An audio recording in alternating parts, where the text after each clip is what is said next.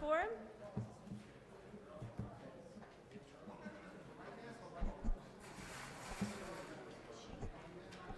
They have 45 minutes to sign up after we start. Just to note to the public, in the past, you used to have to sign up before this forum started. Now, the rules were changed, so you have up until 45 minutes into the public forum to sign up. So if you're running late, don't go crazy, okay? You can still sign up to speak. As a person who runs late, I appreciate that change. Okay, Ms. Cabral, who's our first speaker, please? Henry Bruce. I'm sorry? Okay, each speaker is allotted 3 minutes, please, and I'm going to have to, because of the change, I'm really going to have to keep you to the three minutes. No more than 5 minutes, but it can be 3 minutes, Mr. Mulligan. And so we are dividing up the time that way. Okay, Mr. Bruce, you are the first one. I'm giving him three.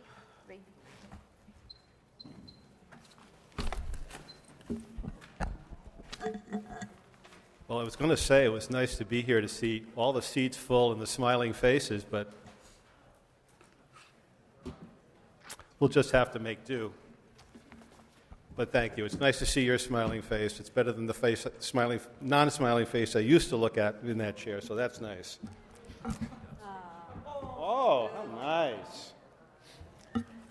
Okay, the theme of tonight is the needs of the many outweigh the needs of the few. Unfortunately, for far too many years, we have seen our elected and appointed officials adhere to the opposite philosophy. In 2015, we saw enough citizens get fed up with this attitude here in Town Hall and say no to fiscal irresponsibility, greed and corruption, and demand greater transparency and accountability to all taxpayers. The proposed sale of the WPCA was the final straw, and a dedicated group stood up and took the only sensible and legal avenue open to register our disgust and voice opposition to the mayor and the prior council. Since the focus tonight is the budget, let's look at a couple of items and ask whether the actions taken serve the many or the few. The ill-fated WPCA deal will end up costing taxpayers over $1 million, and most of that went to Pullman and Comley lawyers. Why are we not demanding a refund from Pullman and Comley for screwing up the deal in the first place and taking over $100,000 from taxpayers to defend our lawsuit to accept the petition when the law was clearly on the side of the people? Did these actions serve the needs of the many? Why do we have a system where we pay lawyers $150 to $350 per hour for mundane tasks that a salaried legal clerk could do at less than half the cost to taxpayers? Why did we just hire a town attorney from the same law firm, Bircham, Moses and Devlin, that is the major beneficiary of this broken system? Doesn't one of the lawyers sit on the DTC and was recently DTC chairman? Isn't that a major conflict of interest? Who does this system serve? Why did we give non-union employees here in Town Hall big raises when the budget shortfall was well known? I sure hope you are looking to roll back some of these overly generous raises, especially the 110% raise for the registrars. How do we justify the full-time staffing of a position where one employee is chair of the RTC and spends time at elections orchestrating flyers and mailers like the one we saw last October? How do these raises benefit the taxpayers? Why do we hire people for important positions like the economic development director who had no prior experience for the job? Why are we paying to have that person and her assistants go through on-the-job training programs at our expense rather than hiring people who have been there and done that? Is this what a mayor form versus the town manager form of government gets us after 10 years? Where is the transparency? Where is the accountability? Where is the justification for this abuse of the people's trust? Mr. Dumas, you keep on posting what you are posting on your Open Stratford Facebook page because the people need to know what's going on. Over 7,500 people signed the referendum petition and voted no. Let me remind you that without the referendum, at least 3 of you would not be sitting in those chairs tonight, and we would have another 7-3 RTC majority, rubber stamping whatever the mayor wanted to do. The mandate belongs to we the people, not you or the chair of the DTC or anyone else who is elected or appointed. We expect the same thing now that we campaigned for all last year. Fiscal responsibility, transparency, open government, no backroom deals. In short, doing the right thing for the people of this town and doing things right. So get used to blogs and Facebook pages from Open Stratford, Stratford Get Answers, and Jezebel posting and commenting on just about everything. We elected all of you to fix these fiscal abuses that scream of excess and personal enrichment for the few at the expense of the many.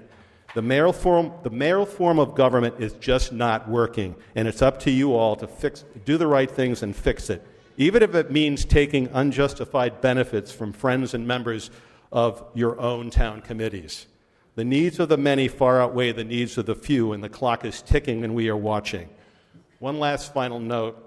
We are talking about budgets. The WPCA Referendum Committee still needs contributions to pay off the $25,000 debt incurred thanks to Mayor Harkin's actions. And thank you, Vinnie. It was very much appreciated tonight. So please see me if you can help with the cause. Thank you very much, Mr. Bruce.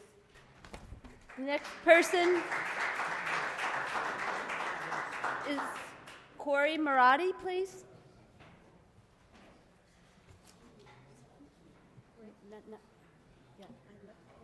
Not until they get. Good evening. My name is Corey Marotti. I am the owner of Surf Avenue Auto Body here in Stratford. I'm sorry, Mr. Marotti, could you please state your address, please? 712 Surf Avenue, Stratford. Sorry. I stand before you tonight in support of the Shakespeare Theater.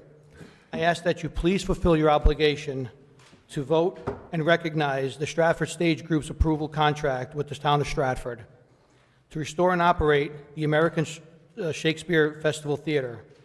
The amount of revenue and job creation that this will provide will benefit all parties, including new customers supporting all of our local businesses.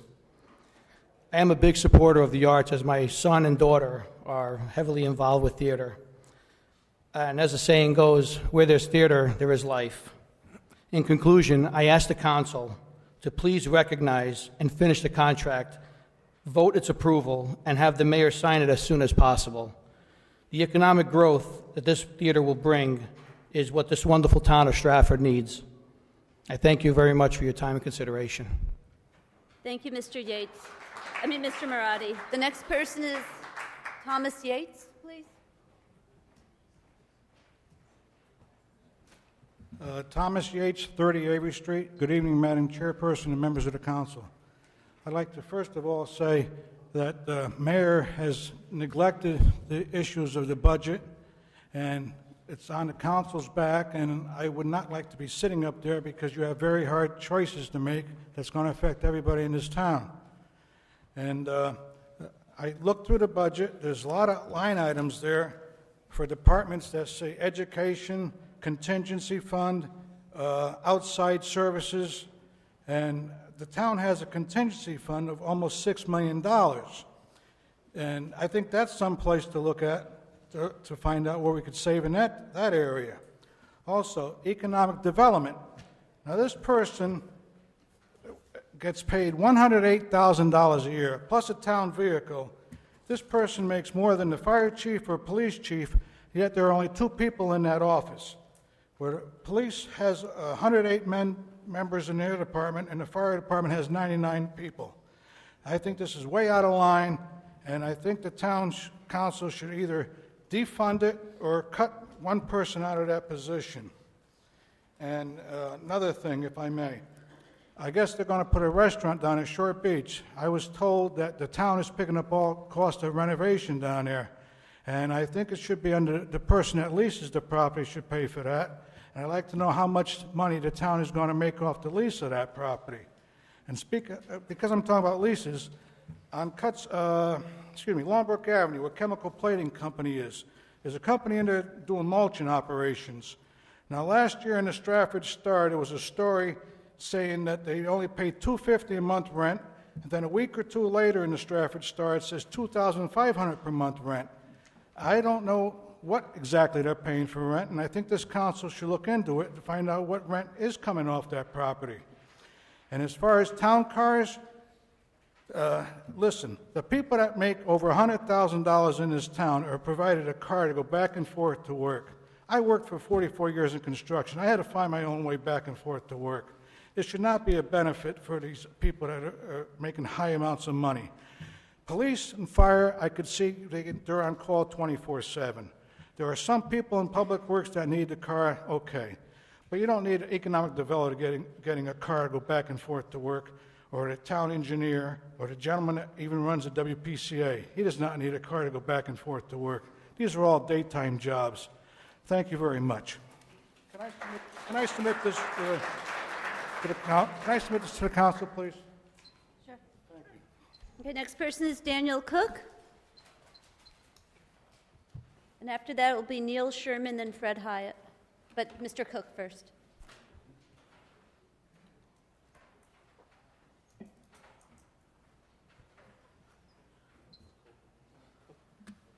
Hi, I'm Danny Cook, 54 Griffin Street. I have been a tenant of Stratford Housing Authority since July of 2011. The connection between the town and Stratford Housing Authority, you appoint the Stratford Housing Authority commissioners, and this is my complaint. They refuse to investigate my complaints against Mr. Nelson, the executive directors. There are 5 sites, about 800 tenants, 3 in the 3rd district. Get the hint? 1 in the 5th, 1 in the 6th. The last council member from the 3rd degree district with no help at all. My biggest complaint is there's no emergency plan.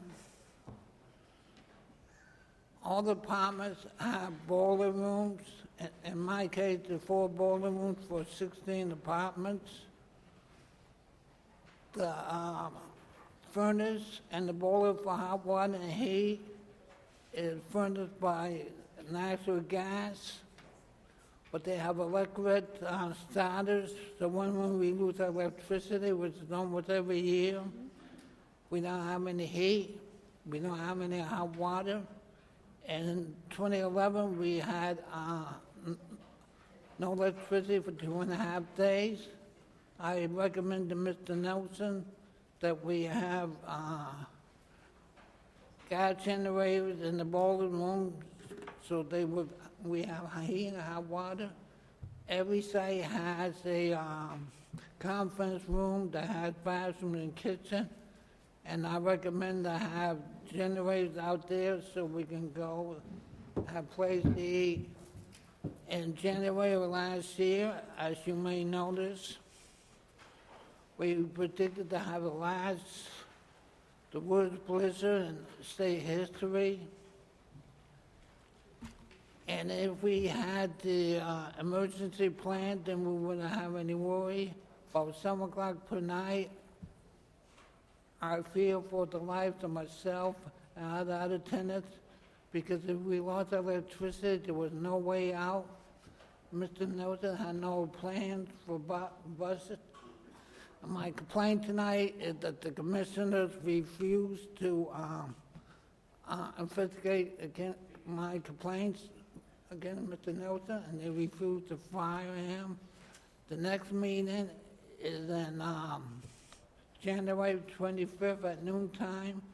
I recommend all the council members to be there so he can explain himself.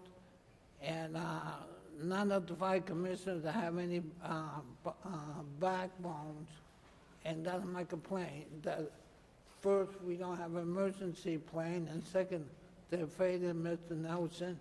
I do also have 2 other one other recommendation, that this building should have solar energy to save electricity in case also we lose electricity. And just one point, a lot of people here are outraged that the mayor is not sitting in this room tonight, and he should be. Okay. Any comments? No, we give comments after the meeting starts, and we talk about everything everybody said. Thank you very much for coming Thank you. out this evening. Mr. Sherman?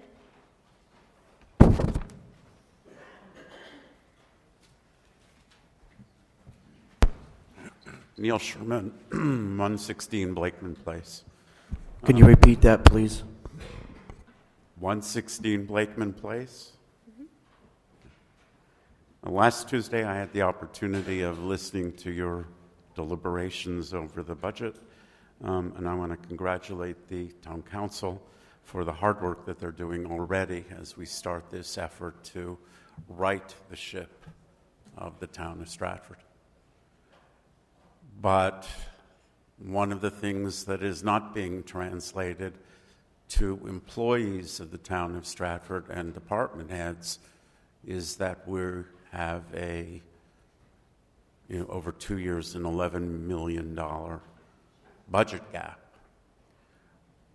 I experienced that issue on Sunday when a tree in front of my neighbor's house, 8 public works employees and 5 trucks drove up on Sunday and chopped down the branches of the tree when only one branch was requested to be chopped off. Today they chopped down the whole tree. It was a 200-year-old maple in beautiful health. It has ruined our street. Apparently what's not getting communicated to department heads and employees is that we can't afford to pay public works employees time and a half for working on Sunday. 8 people were there. About 4 of them were working. 4 of them were doing nothing. And we're paying them time and a half, not double time, time and a half I asked them. They said they were getting time and a half for being there on Sunday. Today they chopped the tree down. They said they chopped the tree down because the tree warden came and said that the sidewalk is buckled. I already sent Mr. Dumas a picture of the sidewalk so that he can see that it's not buckled. So we have a problem going on in translation of a budget gap and what we can afford in this community, and that's not getting through to department heads. I will say to you, for instance, Ms. Kaiser does not hold commission meetings every month, and when she does hold a commission meeting, she's not there. Amy Knorr comes and runs the meeting, and all she does is create a report, and there's no discussion of what's going on. Thank you very much. Thank you very much, Mr. Sherman. Mr. Hyatt, and then Carrie Erickson, then Karen Rodia.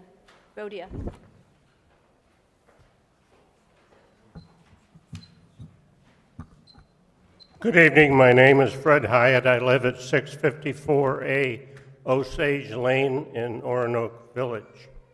I'm here tonight to talk about the Shakespeare Theater. Over the last 15 years, I've been on most of the commissions or task forces that have been created to revive the theater property. 4 or 5 years ago, the town hired the Arts Consulting Group, and they did a feasibility study that went into quite a bit of the details of what it would take to renovate the theater and the costs associated with that. And then more task forces and committees were formed, and I continued to serve on those. And we did receive 5 proposals. I considered only 2 of those proposals credible: the Stratford Stage Group and the Elm Street proposal.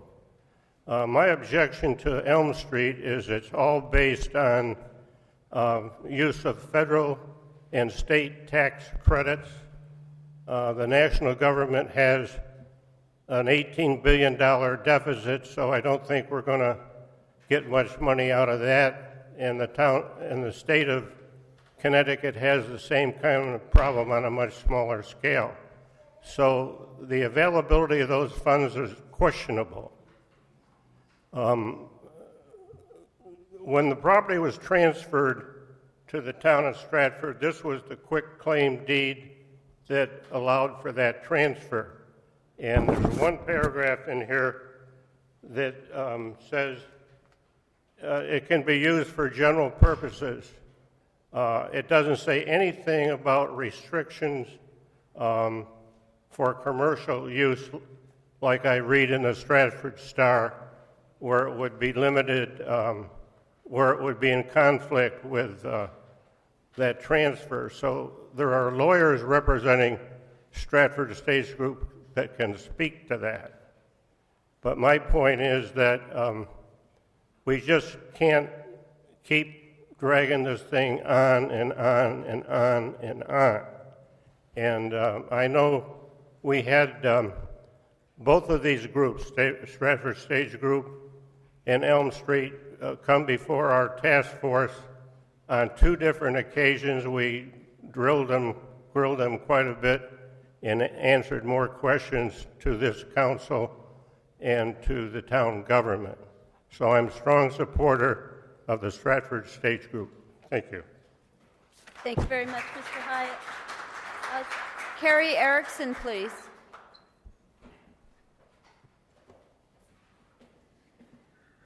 I'm Carrie Erickson, and I live at 569 Second Hill Lane in Stratford, and I'm here to discuss the Shakespeare Theater.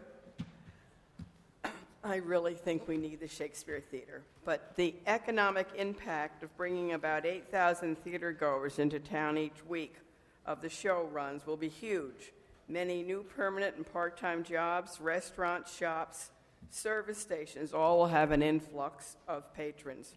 So I would like the council to please fulfill your obligation and vote to recognize the Stratford Stage Group's approved contract with the town for restoring and operating the American Shakespeare Festival Theater. Thank you. Thank you very much, Ms. Erickson. Karen Rodia, Tom Yem, then Carol Lockshear. So Karen, please. Good evening, Karen Rodia, 2115 Cut Spring Road. Congratulations to all of you.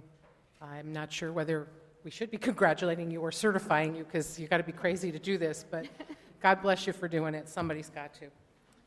I'm here tonight for a couple of reasons. One is I'm a member of the Stratford Conservation Commission, and I was under the impression that on the agenda tonight there was going to be a line about Marcia Stewart Way, and I don't see that under the ceremonial presentations.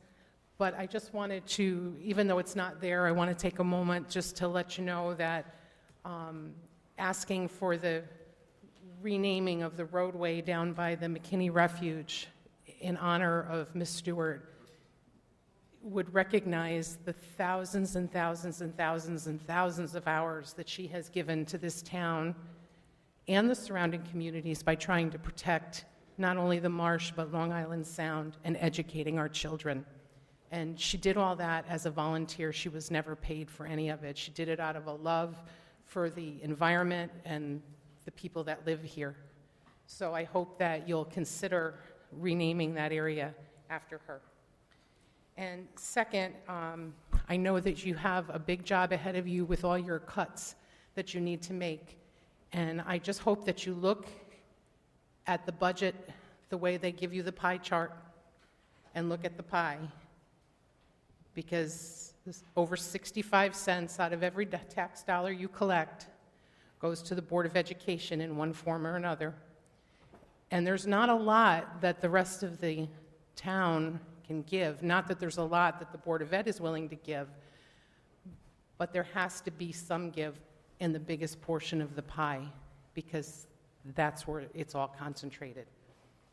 Everybody needs to be conscientious in how they spend their money, and I think that you as a whole, as a group, are going to really watchdog it and make sure that they spend it appropriately. And listening to you at your budget meeting the other night, you had really good questions, and they were very thoughtful, and I really appreciated the fact that all of you took the time to sit down and talk to the department heads, because you don't have to do that just once. Now you have to do it again for this upcoming budget season. and it's going to be very, very difficult for you. So I hope you take into consideration all the different facets and really look deep and hard. And thank you so much for your time. Thank you much. Thank you very much. Tom Yem, Carol Lockshire, then Gertrude Vizina. Tom?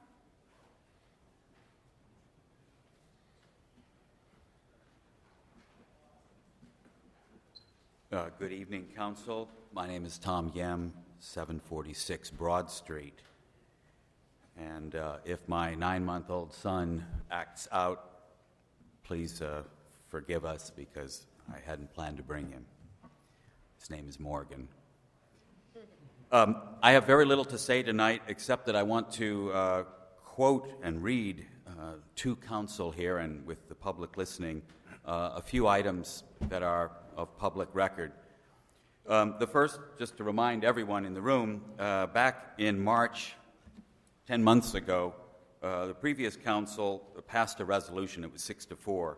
I'll read it very quickly. Resolved that the town attorney's office is authorized to enter into contract negotiations with the Stratford Stage Group, LLC, for the renovation and reuse of the Shakespeare Theater and to bring a draft agreement back to the town council for further consideration. I don't know many people who've even seen that draft, but I understand that one exists, so I'm hoping that this council will very soon look at that draft and vote on it accordingly. I personally would hope that this council would vote to reject that contract draft and to move on.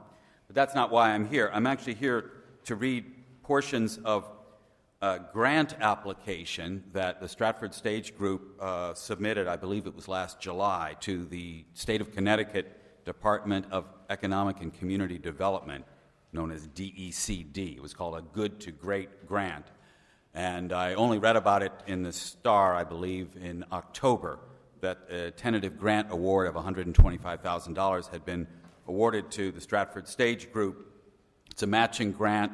They have to put up $20,000 or $30,000. I won't get into the issue of where that money is coming from, but I want to read a few very short portions of the grant application because these are representations made to the state of Connecticut that I believe need to be looked into, not only by this council, but I'm also going to be in contact with the Attorney General of the state of Connecticut's office.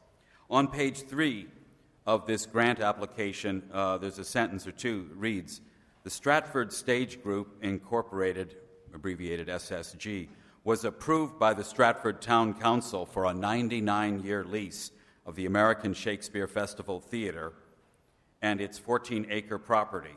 Along with this lease, SSG was awarded the right to sublease a portion of the property to a private entity corporation to construct and manage a 132-room hotel." I'm going to read that sentence again. The Stratford Stage Group, Incorporated, was approved by the Stratford Town Council for a 99-year lease of the American Shakespeare Festival Theater and its 14-acre property. Along with this lease, SSG was awarded the right to sublease a portion of the property to a private identity corporation to construct and manage a 132-room hotel. So, one other point, because I know time is short, on page, I believe it is 14 of this application, actually on page 16 of this application, there is a list of required items. Again, this is the State of Connecticut Department of Economic and Community Development asking among its required items a last 3 years financial statement and current 990, which is an IRS form. This Stratford Stage Group was filed with IRS in July of 2015. So I don't believe that they are qualified for this grant. But that's not before council. I want council to consider the entire issue with the draft contract, the various representations that have been made, and I hope you'll be able to act in the next month or two. Thank you. Thank you very much, Mr. Yem. Carol Lockshire, please. Then Gertrude Vizina, then Gail Marks. Carol, you're up.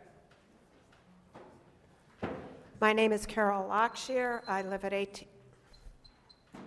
I live at 1865 Elm Street, Stratford. I've been advocating for the Stratford Stage Group's plan to restore and operate the Shakespeare Theater because it makes sense to me. I've been asked my opinion about this project by many people because I have lived across the street from the theater for over 40 years.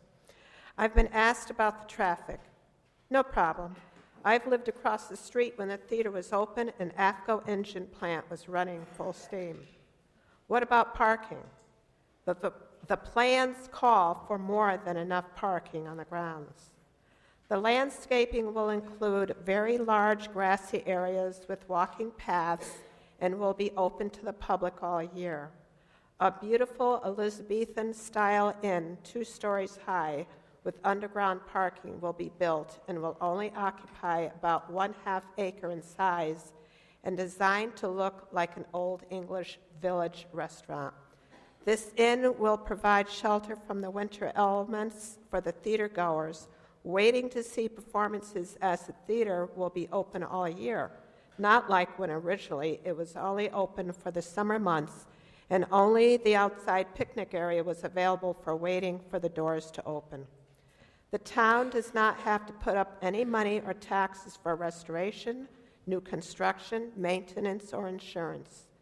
The inn will pay the theater $200,000 each year to help sustain the budget. Also, the town gets $500,000 in tax money from the inn each year and will provide 250 permanent jobs. Also, the White House will finally be restored, free of lead paint contamination and the unsightly fire escape. The contract between the Stratford Stage Group and the town states that the theater shall be 3/4 renovated and restored before the inn is started. All of this has been agreed upon. All of the I's in the contract have been dotted and all the T's crossed. With the Stratford Stage Group's plan, Stratford gets a world-class destination for culture, theater, education, and entertainment. The town is not responsible to put out any money, and the town and businesses flourish. There is not one reason why Stratford has to wait any longer for the Shakespeare Theater to be brought back to life for the betterment of the town. The negotiations are finished. The contract is finalized to the agreement of all parties. Stratford has waited long enough to bring back life and professionalism to this great theater. Thank you. Thank you very much. Gertrude Vizina, please. Good evening, everyone. My name is Gertrude Vizina, and I reside at 185 Lincoln Street in Stratford. I would appreciate it if the town council would move the American Shakespeare Theater project along and vote. Restoring this historic theater will serve as a national and international place for great entertainment, which will represent the town of Stratford. Please recognize the Stratford Stage Group's approved contract with the town to restore and operate the theater. There are many more residents of Stratford who couldn't be here at this meeting tonight, and they are also in agreement to get this project acted on since the contract has been finalized. Thank you for your cooperation. And I'd like to quote William Shakespeare, who once said, "Can no other answer make but thanks and ever thanks." And let's all remember that there's nothing in the world like live theater. And I also have this I'd like to pass around, and I'm truly hoping that the Stratford Stage Group's proposal will be accepted. Thanks again. Thank you very much, Ms. Marks. Tom Hallis, please, then Donald Betrimus, and then Helen McQuilton.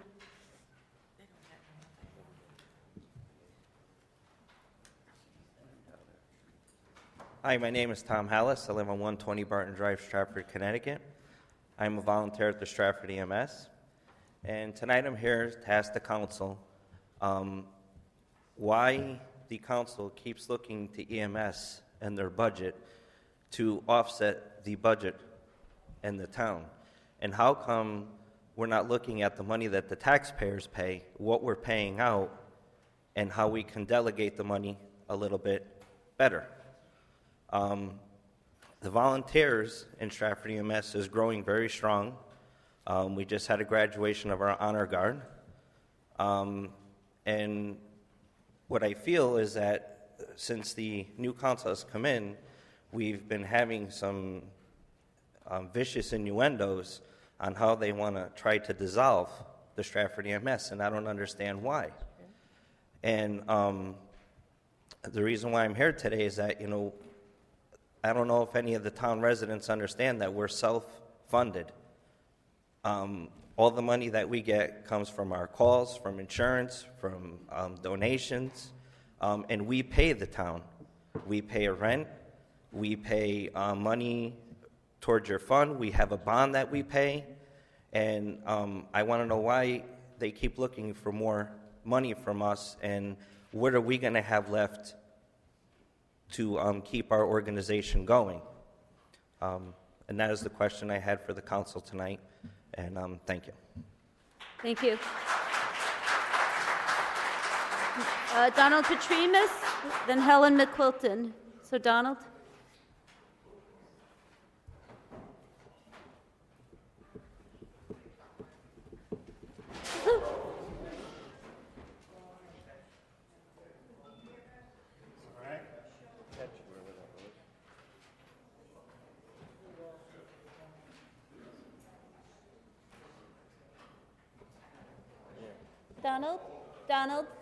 Donald, sit down for a bit.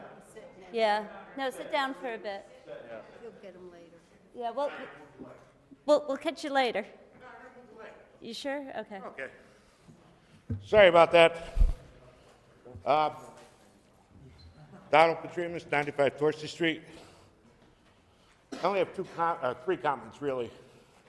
One is I liked the budget meetings last week. I thought they were great. I sat through 8 hours of them. You and us both. Going through the departments, I thought it was a very good move. My second comment is, Councilman Dumas, very nice of you to be recording these sessions. I do believe that there should be a sign up here saying that everybody's going to be recorded. Yes. Okay? I also believe that these should be done through the town council or town of Stratford website, not through your personal domain. And I also believe that... Talk in your mic. Oh, sorry. And if you go to maybe the cable company, the local cable company, they will record these sessions and put them on a public broadcast. I know it happens in California. It's in the contract of the cable companies where they're required basically to film these and record them. Okay. And my third comment was that I hear a lot of comments about a contract with the Stratford Stage Group, and it sounds as if this contract has been sealed and approved by somebody, but the last comment I heard from the council was that they were going to table it for the new council. So I'm just a little bit confused. Thank you. And sorry about the disruption. No, thank you very much, Mr. Petrimus. Helen McQuilton, please.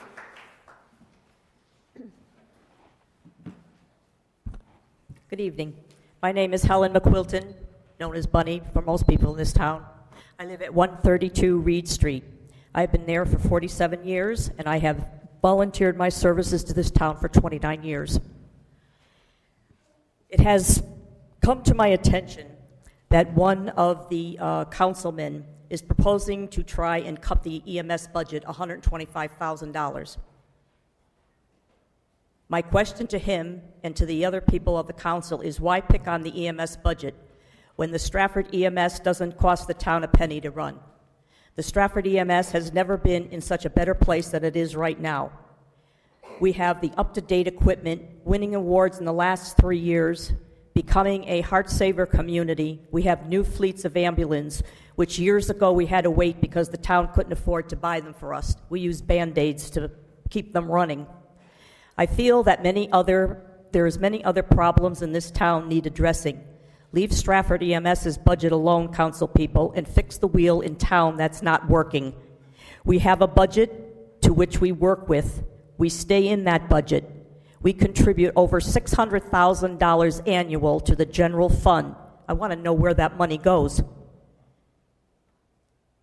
There have been improvements over there. We have new lights in the building that have been changed to save money. Grants were written to obtain Lucas 2s for cardiac arrest help. The people who are running the EMS now are doing a fine job.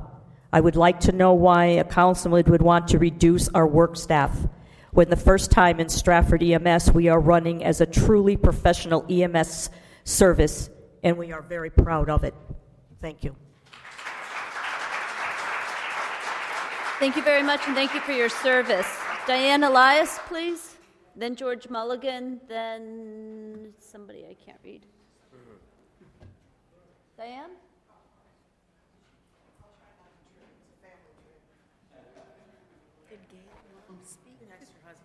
His foot fell asleep. Yeah. Hello. First of all, thank you for having those meetings. Sorry. I'm Diane Elias. I live at 95 Torsey Street. I wanted to thank you for having those meetings. As my husband said, we spent, 10 hours quality time bonding with each and every one of you. And they were very informative. I really thought you all, individually, you came with your own viewpoints, but you had very intelligent questions. You asked really good, hard questions. You asked them of every department. I didn't hear you zeroing in on anybody and picking on any particular group. And it was very interesting to see the department heads, because we really have a very good bunch of town employees. That was very impressive. That was worth the 10 hours alone, just to do that. But I do want to comment on something which some people may not be aware of. The mayor proposed the budget. The mayor has had 2 months to accommodate the will of the people of Stratford not to sell the water treatment plant, and he has done nothing to amend the budget to reflect reality. This properly should be on his shoulders. You have stepped up to the plate. You are taking it on yourselves to try to solve this problem. But I do want people in this town to remember that it was his budget, and he's the one being stubborn and predicting that it can't be resolved, that it's only going to happen with terrible things. I mean, who knows the source of the rumors that the EMS people are hearing? We don't know. I don't know, certainly. And then the other thing I'd like to ask is, well, it's very tempting to do an across-the-board percentage cut to every department. There is, as one of the financial people at one of the meetings said, there is some low-hanging fruit. There are some things that look like they could be cut, including money coming back from not having to give up some income from the WPCA, at least in the short run. And so I would urge you to focus on finding those dollars first before you consider doing any across-the-board percentage cuts. And that's all. Thank you. Thank you very much. Mr. Mulligan?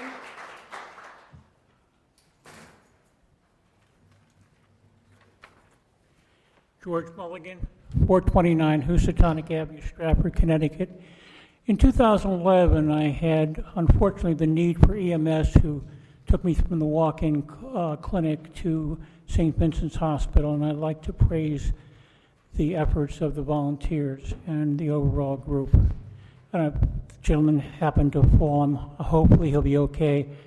And there were EMS people right there and right behind him trying to make sure that nothing else happened. That's the type of people that are in Stratford and EMS. He made a point about Mr. Dumas and the camera. What he doesn't realize that up there in the corner is another camera, and back on another pillar in the left or in the far side is another camera, and it goes on the website on Channel 79, but it's difficult to find it. So I welcome having redundancy of Mr. Dumas, who I ran against. I was one of his opponents, so I'm praising him for taking the initiative on Open Stratford. He's done several things, and I do give him a hard time on a bunch of stuff, and will continue to do so. I've given you 7 pages. The first three items tell what those 7 pages are. One of the things is I mentioned about the pension. I asked for a pension probe, and I quote that Deputy Police Chief Joseph McNeil in April 20, 2010, letter to the Connecticut Post raised issues about the police pension. The link is there. You can check it yourself. Here is a man who was the union president who said the contract was violated. Now, and he also said that the police chief wouldn't enforce the law. So if the contract was violated and if laws were broken, then you might be able to recover some money which will help you with your budget. Now, I'm not looking for any punitive damage as far as anybody going to jail or any pensions being completely taken away. But if there's multiple people who violate the contract to tunes of hundreds of thousands of dollars, then why should the police get extra money they don't deserve, or fire, or public works, or anybody else, if indeed contracts have been violated? And we have a new town attorney who's purportedly an expert on labor law. Now, I also criticized that law firm, as you know, which is the second letter there. Now, I also want to point out that I held back a letter about the timing of Terry Backer's special election out of respect for Terry passing away, and I hope you have a moment of silence for Terry and his family, as well as for Tony Shurlow's mom, who passed away last week. I also put together a little bit of information where I do know the salaries for the Board of Education are over $48 million and the benefits are over $16 million. That's about 30%. That's kind of high. How does that compare with the public sector? Now, on the town side, I have to guess because it's less clear, and I think the union people are between 24 and 26 million, and there's about 4.5 million non-union. So it might be 30 million, and the benefits are 43 million and 43 million and change, which is well over 100%. Now, don't take my word, because on the 7th page and also the 6th page of what I've given you are actual copies from the websites. So you have the actual benefits and the salaries to work with, and I don't have actual numbers as far as the actual numbers of people that work for the town, but it's there. And on page 2, well, first off, on page 1, where I complain about the lawyer's fees and extra monies, on page 2 I point out that in 1999, the total attorney fees were $235,000. In 2000 was $292,000, and on a partial year of 2001 was $81,000. So it's probably in the $200,000 to $300,000 range. Mr. Mulligan, in order to give others an opportunity to speak, could you please finish up? One last point, and that's to my third and fourth pages, which I gave to the September 10th, 2010 Town Council. The bottom of that first page, and also is a question about national security that the police and the town attorneys never addressed, and there are also issues of criminality that the police refuse to investigate. If we have police and lawyers that don't uphold the Constitution, why have them? Thank you. Thank you very much, Mr. Mulligan. Gail Marks, please.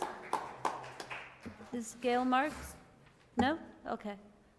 There's somebody who's, I can't read the name. I think it's Linda from 46 Voigt Place. Linda Palermo.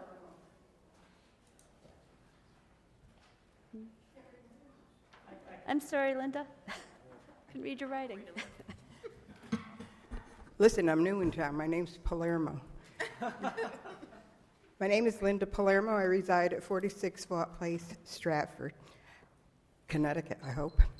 I have several issues, and I need to bring them up because I'm taken back by a few things that I've heard over the past few days. I worked very hard to get the Democrats into office, as I did back in 1989 when I worked very hard so that the Republicans took the entire 5th District and Mr. Dempsey became a councilman. Why I'm bringing this up is Mr. Dempsey, in my opinion, is the most ungrateful individual I have ever run across. He has viciously attacked not only my senior citizen mother, who's now deceased, but myself. And why I'm bringing this out today is because it's been brought to my attention he changed his political party and went from Republican to Democrat. He is in hopes of taking over the 5th District council seat when Joe wins, and I'm sure Joe's going to win, and I wish you the very best of luck, Joe. I worked very hard for you as well. And what I understand, and if it is true, shame on you, they're going to see if Joe will step down after serving 1 year and 1 day of that term. So this way he gets appointed to his position, meaning John Dempsey. John Dempsey lost. He lost big because the people did not want him there. Why are we now going to give him a steak platter so he could sit there and do things that perhaps he wants himself to do and his friends? It's wrong. It's inappropriate. I think that you have to give this very deep consideration. I don't see him doing anything for the good of the town. He hasn't in the past. He's done it for his crony friends, and I don't think he's going to change. So to just give him something so that he could walk away with it, in my opinion, would be wrong. And I'm asking you all to remember, if he should get that position, when it comes time to make phone calls, I will sit back and I will not lift my phone to make one phone call for him and possibly for no one else that I've worked so very hard to get into position. So please, I ask you, think very carefully about this. And if Mr. Dempsey doesn't stop harassing me and putting up his signs and still leaving one up from the election of November, because he wants to harass me, he thinks it's a big joke, and so do his little friends. If he doesn't stop, I will bring a lawsuit against him, and I will start tomorrow. Thank you. Okay, thank you, Ms. Palermo. Edward Goodrich, please.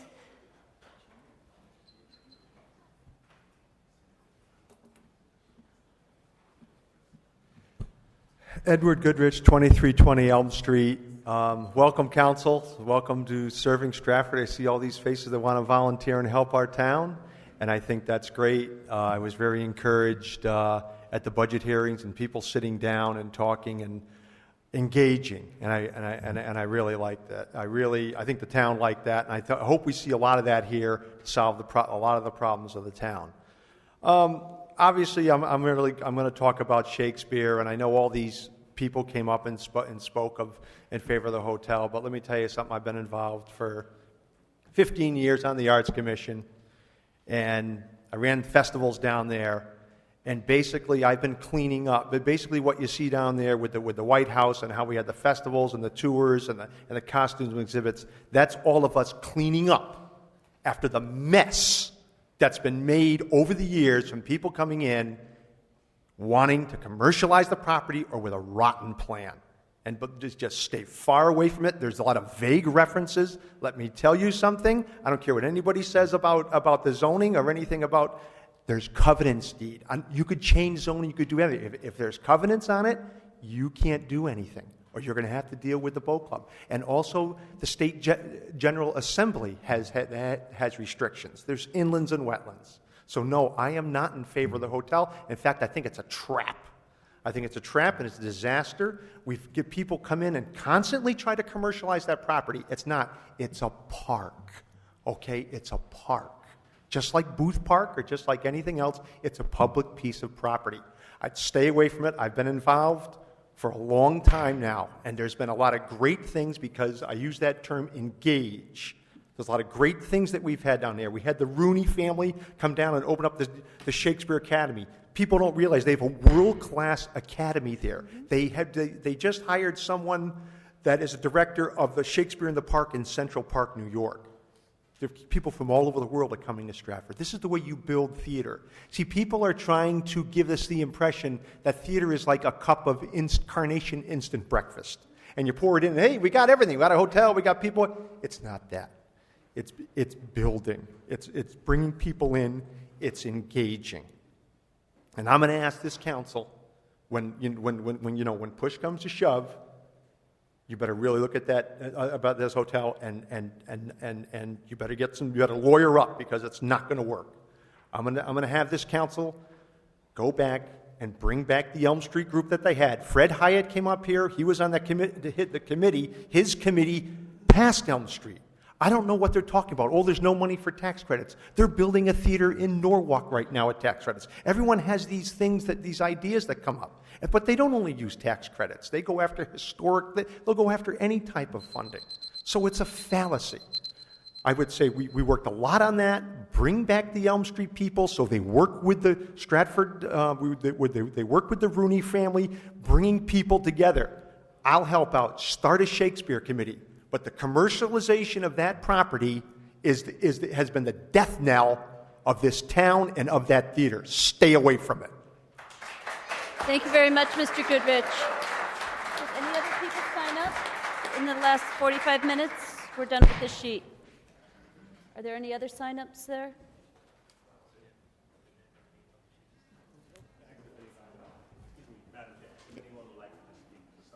Let me just say. Nobody else signed up? They did. There's a second page there. Can I see that second page?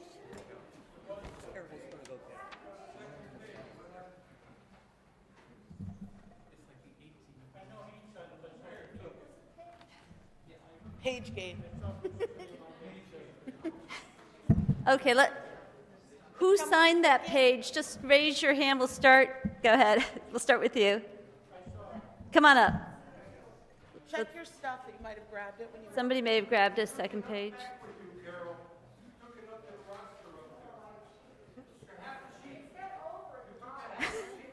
Excuse me. Anybody who didn't sign up, could you just sit up on the first row here, please? And then we'll just take you one by one. Mr. Hirsch, please. Okay. Thank you. Bruce Hirsch, 255 Rockland Avenue.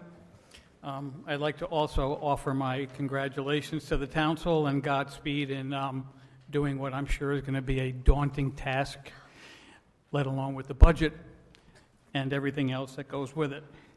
Our first speaker tonight threw out some very meaningful and kind of scary words: greed, corruption, accountability. Well, maybe not scary accountability, but lack of it, and also lack of responsibility. In my 40 years of teaching, as long as we're talking about years, and my 32 years of working with children in this town, directing on all levels, and 25 years working in theater around the state, what has concerned me are the continuation of public attacks, innuendos, falsehoods, and just untruths about what is fact and what is fiction. It bothers me that people who have worked very hard on both sides of Shakespeare theater, and I commend Mr. Goodrich for all he has done over the years with Festival and keeping it going, but we need to know the facts. The contract was completed. It was signed off by both attorneys. It has not been passed. And it needs your due consideration to decide whether or not you think it's a worthwhile document to continue.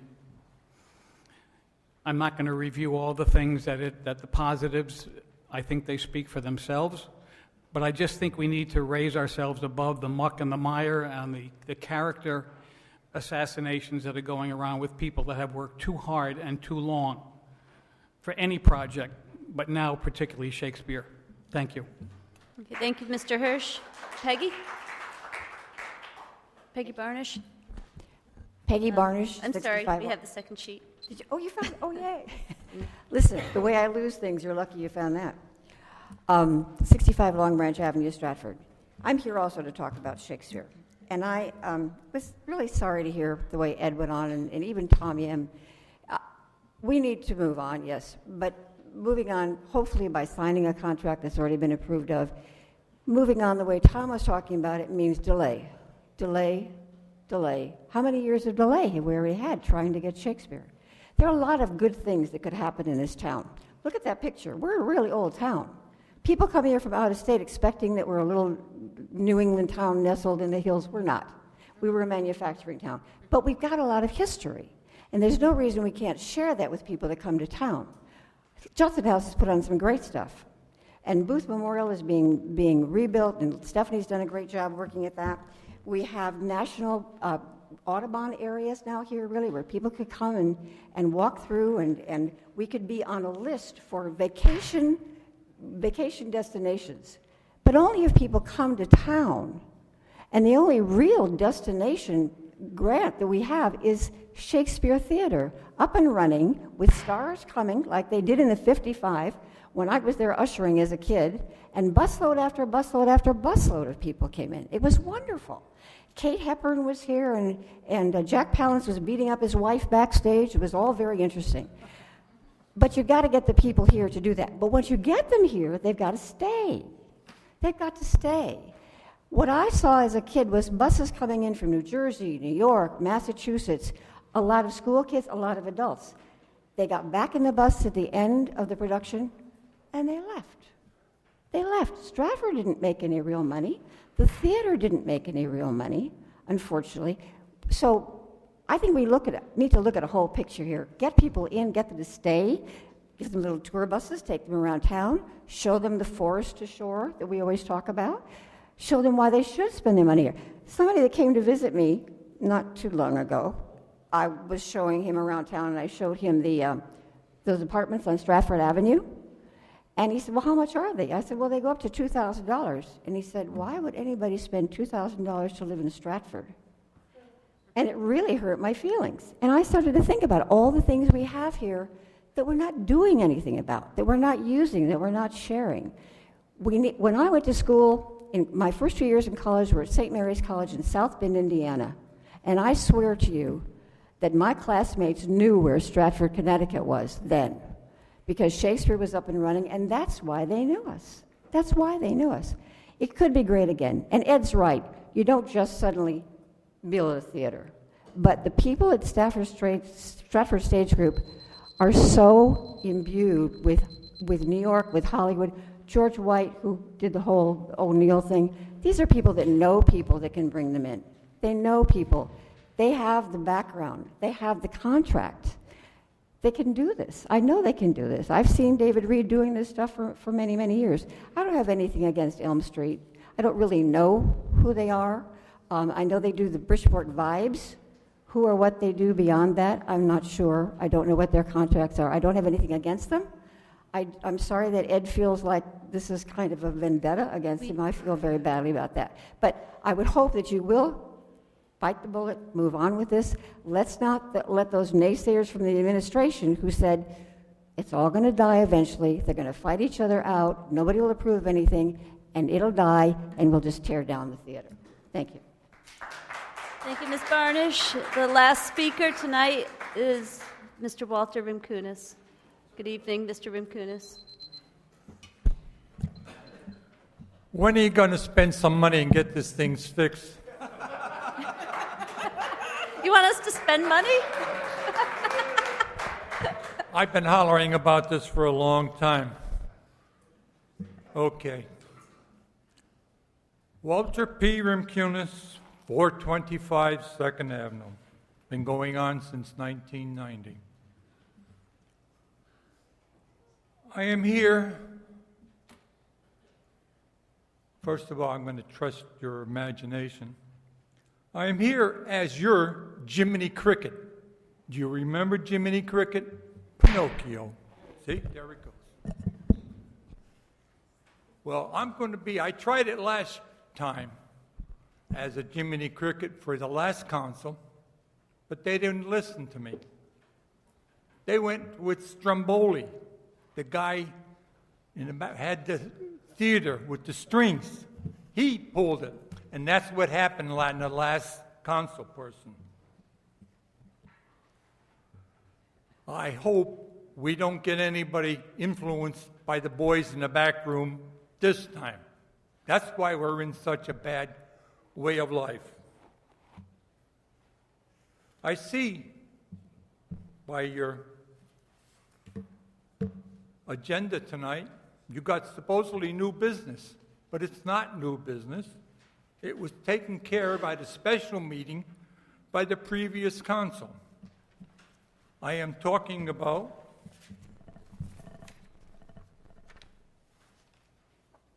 on page 5, item number 9, Benel. Benel Benel Fieldhouse. Fieldhouse. Yep. Okay. That started out on the budget last year at $200,000. It came on the budget, but there was no engineering group, no architect presentations. It was just the word of mouth brought on, and it was put on the agenda. Put on the budget. But I sat in on the Building Needs Committee, my wife and I, and well, lo and behold, out of nowhere's the ex-commissioner, Councilman Poussin, comes up and says, "Oh, we got to do a little better. We're going to bring it up to $600,000. $600,000 from two." I figured, geez, he's going to have a whole bunch of architects and engineering and all. No. Guess what he had? He come up with a pair of paper with a sketch on it, and he handed it out to the council. And that's all they voted on, and they went from $200,000 to $600,000. And guess what? No, half of the people didn't say nothing. Mr. Stromboli's pulling the strings in the background. One of the elected council persons, Stephanie, asked, "Where is the extra money coming from?" 4th District comes up, "Oh, we got the money took it from everybody else that had surpluses." And yet, the town was in a deficit. But yet, we had $400,000 to come up with. Why didn't that go into to fill the deficit, part of it? How many other things like this? I realize you people spend a lot of money, I give you the praise for all the benefits and time that you've put in so far. I've sat through, I saw it twice in the back of your back there. I couldn't make the big meeting. But I say go back and look at some of this stuff again and find out, get questions of where it is coming from. And for one quick question, I say, along with Mr. Goodrich and the people that really took care of Shakespeare, this Shakespeare Square group is not the place to run the Shakespeare. All they want is a commercial part on the property, and then they're going to come in and they're going to tell us how much taxes they're going to pay. They're putting a pilot in on that. That's what that paperwork says. It's a pilot. Not pay taxes. They're going to pay a certain amount to the hotel. Where else is that going on? There's only one other time. They did it down at the airport when they first started out. But I think they should be, if they does, it should be come down that they pay taxes like everybody else. Thank you very much. Okay, thank you. That concludes the public hearing. We will re-meet at 8 o'clock. Thank you.